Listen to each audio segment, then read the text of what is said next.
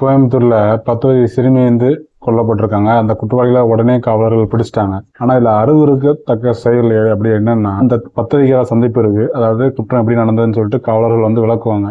அந்த சந்திப்பு நடக்கிறதுக்கு முன்னாடியே அந்த காவலர் வந்து சிரிச்சு பேசிக்கிட்டு இருக்காங்க. சிரிச்சு பேசிட்டு இருக்காங்கிறது ஒரு சாதாரண விஷயம்தான். ஆனா எந்த விளக்கங்கள் கொடுக்க வந்திருக்காங்களோ அந்த இடம் வந்து எவ்வளவு ஒரு சீரியஸான ஒரு விஷயம்.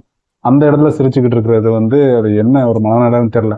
இதே மாதிரி அமைச்சர் பெண் கீர்த்தனா அவர்கள்கிட்ட வந்து பத்திரிகையாளர் கேட்காங்க, இந்த மாதிரி ஒரு சம்பவம் நடந்தது, அதை பத்தி உங்க கருத்து என்ன அப்படின்னு கேட்கும் போது, நிர்வாகத்தை பத்தி மட்டும் கேளுங்க அப்படின்னு சொல்லிட்டு சொல்றாங்க. உடனே பத்திரிகையாளர் வந்து நிறைய கேட்கறாங்க, நீங்க ரீல்ஸ் எல்லாம் போட்டீங்கல்ல வீரப்பெண் மாதிரி மாதிரி, ஆனா இப்போ வந்து இப்படி பேசுனீங்கன்னு சொன்ன உடனே அவங்களுக்கு சிரிப்பு அடக்கம் இல்லை.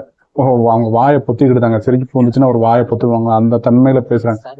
என்ன ஒரு எவ்வளவு அருவருப்பான ஒரு மனநிலையில இருக்காங்க பாத்துக்கோங்க மக்களே. வேற ஒன்றும் சொல்ல முடியாது இதை பத்தி.